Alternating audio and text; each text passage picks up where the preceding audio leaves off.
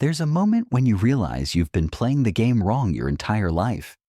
You've been the one saying yes when you wanted to say no, apologizing for taking up space, explaining yourself to people who never earned an explanation, softening your edges to make others comfortable while your own dreams collected dust in the corner. You thought kindness would open doors. You believed being agreeable would earn respect. You assumed that if you just worked harder, stayed humble, and never rocked the boat, eventually someone would notice your worth and hand you the life you deserved. But here's what nobody tells you about being the nice one, the reliable one, the person everyone can count on. You don't get rewarded for it. You get used for it. Because in a world where power decides everything, being pleasant without being powerful is the same as being invisible. Niccolo Machiavelli understood this 500 years ago. While others wrote about how the world should be, he wrote about how it actually is. He didn't care about moral theories or noble intentions. He cared about results. And his blueprint for power, buried in political treatise, contains the exact psychological warfare tactics you need to stop being overlooked and start being obeyed. This isn't about becoming cruel or abandoning your values. This is about recognizing that the game is already being played around you, and you're losing because you refuse to learn the rules. Every room you enter, every conversation you have, every relationship you build operates on invisible power dynamics. The people who understand these dynamics control them. The people who don't get controlled by them. Today, I'm going to show you how to flip that script entirely. How to transform from someone who reacts to someone who commands. From someone who seeks approval to someone whose approval others seek. From someone who gets managed to someone who becomes unmanageable.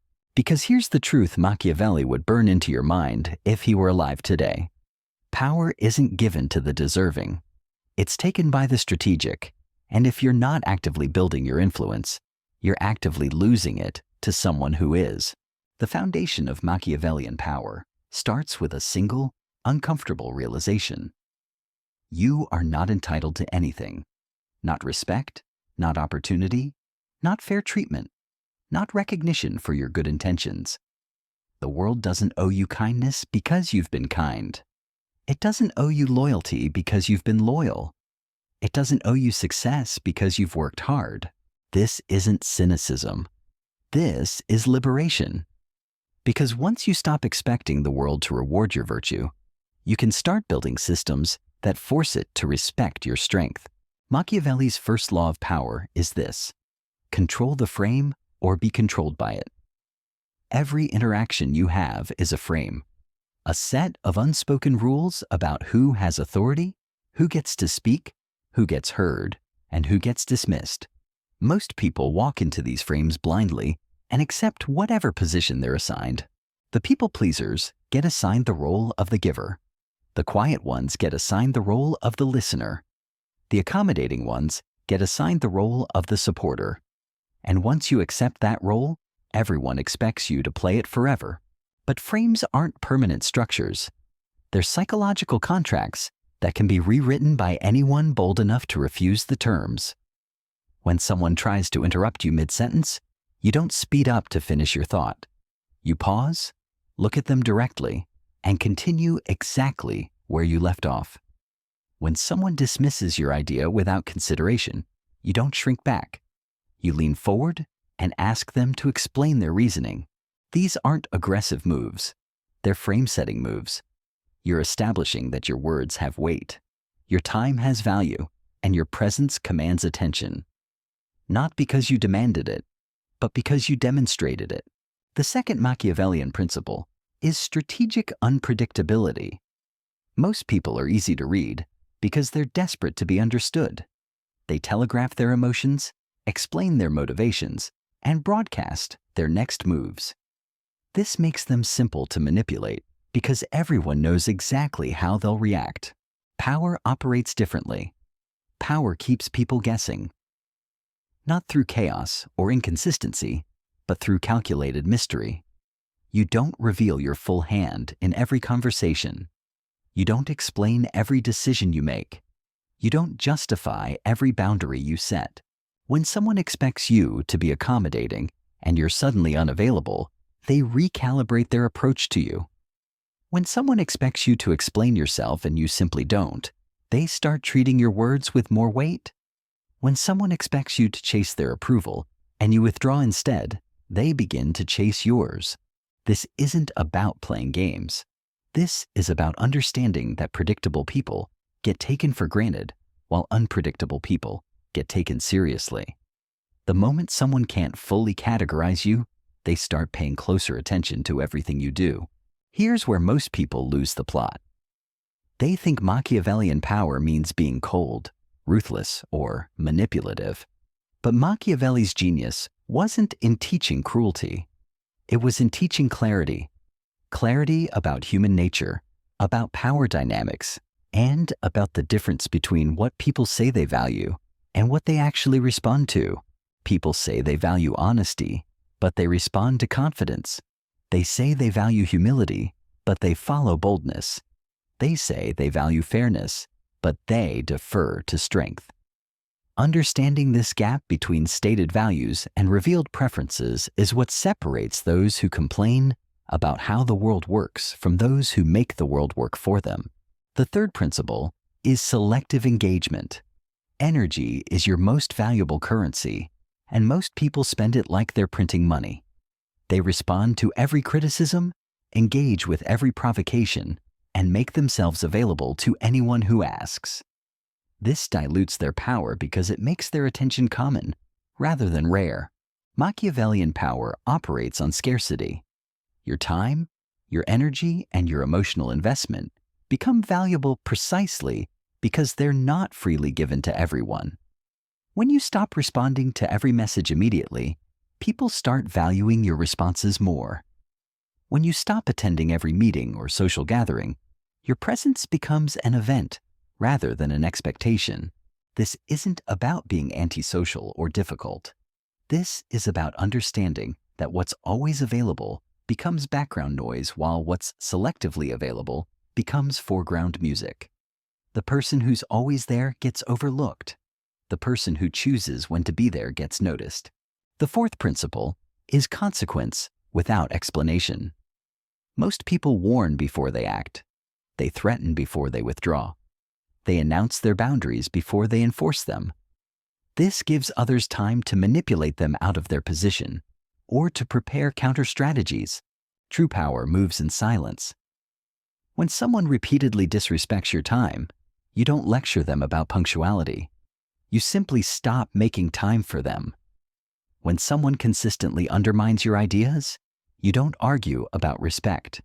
You stop sharing ideas with them. When someone takes advantage of your generosity, you don't explain why you're pulling back. You just become unavailable. These aren't punishments. They're natural consequences delivered without emotional drama or lengthy explanations. The person experiencing them has to figure out the connection between their actions and your response, which makes the lesson stick deeper than any conversation ever could. But here's what separates amateur power players from Machiavellian masters. Amateurs use these tactics to get revenge or to feel superior. Masters use them to create better relationships and stronger positions. The goal isn't to hurt people or to win every interaction. The goal is to train the people around you to interact with you in ways that serve everyone's highest interests. When you stop tolerating disrespect, you don't just protect yourself. You help others become more respectful people. When you stop enabling dependency, you force others to develop their own strength. When you stop accepting scraps of attention or effort, you encourage others to bring their best to the relationship. This is the paradox of Machiavellian power. By becoming less accommodating, you become more valuable. By becoming less available, you become more appreciated. By becoming less predictable, you become more respected. The very qualities that seem selfish on the surface create more authentic and balanced dynamics underneath. But knowing these principles isn't enough. Principles without practice remain philosophy, not power. And that's exactly where we're heading next. Because understanding how power works is just the beginning. The real transformation happens when you learn how to wield it. The moment you decide to stop playing small, the world will test you. Not openly, not dramatically, but through 1,000 tiny provocations designed to pull you back into your old patterns. Someone will make a subtle dig at your newfound boundaries. Another will question why you've become so different lately. Others will push harder against your limits to see if they're real or just for show. This is where most people crack. They get uncomfortable with the resistance and retreat back to being agreeable. They mistake this testing phase for evidence that they're doing something wrong, when actually it's proof they're doing something right. Because the only time people test your boundaries is when those boundaries threaten their ability to control you. Machiavelli called this the valley of resistance. Every shift in power dynamics creates temporary chaos as the old order fights to maintain itself.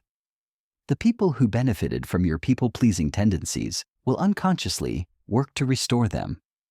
They'll use guilt, manipulation, social pressure, and emotional leverage to pull you back into the role that served them best.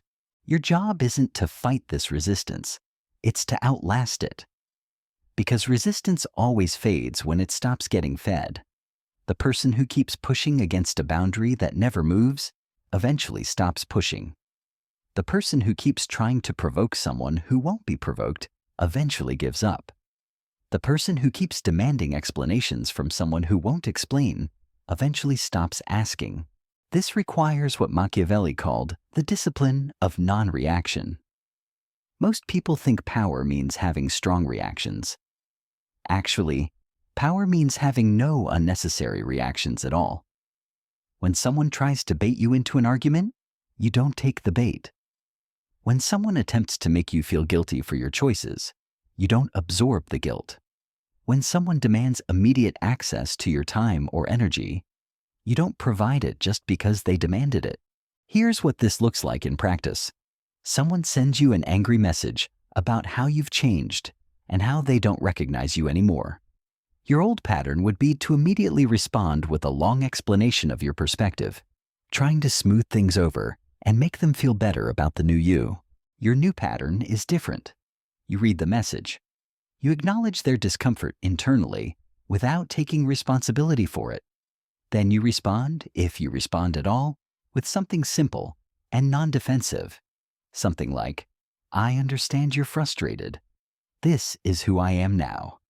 No justification, no apology, no attempt to manage their emotions for them. This isn't coldness. This is clarity.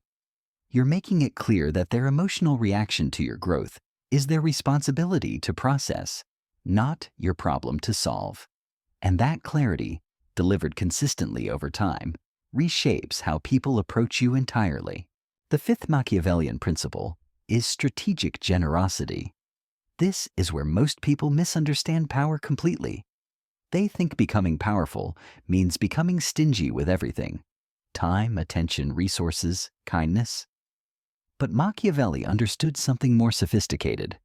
The most powerful people aren't those who never give. They're those who give strategically, making their generosity feel like a privilege rather than an expectation. When your yes becomes rare, it becomes valuable. When your help becomes selective, it becomes appreciated. When your presence becomes intentional rather than automatic, it becomes meaningful. You don't stop being generous. You stop being indiscriminately generous. This means you say yes to requests that align with your values and goals. You offer help to people who reciprocate and appreciate it. You invest your emotional energy in relationships that feed you rather than drain you. And you do all of this without apologizing for your selectivity or explaining your criteria to everyone who doesn't meet them. The result is that when you do show up, people pay attention. When you do say yes, people feel chosen. When you do offer help, people recognize it as a gift rather than a given. Your generosity carries weight because it's not guaranteed, which makes it infinitely more powerful than the scattered guilt-driven giving that characterizes most people's approach to relationships.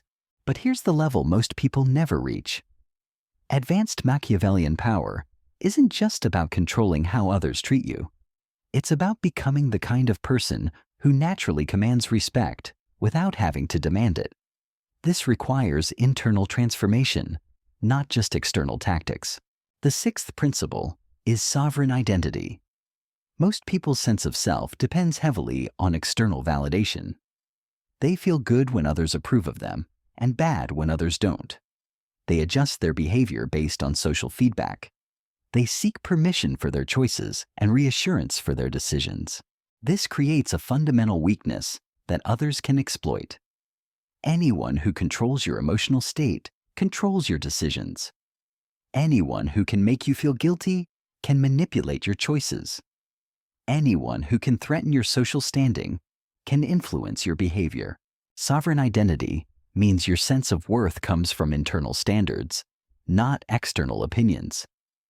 You know who you are, what you stand for, and what you're trying to build in this world. Other people's reactions to your choices provide information, but they don't determine your direction. When someone criticizes your new boundaries, you consider whether their feedback has merit, but you don't automatically change course just because they're uncomfortable.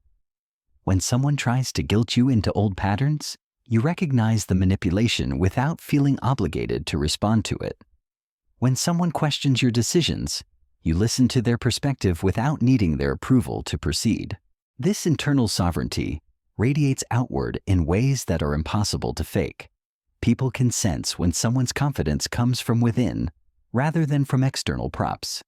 They can tell when someone's kindness comes from choice rather than from need. They can feel when someone's boundaries come from self-respect rather than from insecurity. And they respond to that authenticity with a different kind of respect. Not the conditional respect that's based on what you do for them, but the deeper respect that's based on who you are when no one's watching. The seventh principle is emotional leverage. This is perhaps the most misunderstood aspect of Machiavellian power, because it sounds manipulative when it's actually the opposite. Emotional leverage isn't about manipulating others' feelings. It's about managing your own feelings so effectively that others naturally want to please you. Most people leak emotions everywhere. They get frustrated and everyone knows it. They feel insecure and it shows in their body language. They want something desperately and it comes across in their tone. This emotional transparency gives others power over them because everyone knows exactly which buttons to push. Emotional leverage works differently. You feel your emotions fully, but express them strategically. You might be disappointed by someone's behavior, but you don't immediately show that disappointment in a way that gives them the satisfaction of knowing they affected you. Instead, you might simply become less available to that person without dramatic announcements about why. You might be excited about an opportunity, but you don't let that excitement make you seem desperate or easy to take advantage of. You maintain composure while negotiating, which often leads to better outcomes than emotional pleading ever could. This isn't about suppressing your humanity. It's about choosing when and how to reveal it. When your emotions become strategic rather than automatic, they become powerful tools for influence rather than weaknesses others can exploit. The transformation from people pleaser to power holder isn't just about changing your behavior. It's about fundamentally rewiring how you see yourself in relation to others.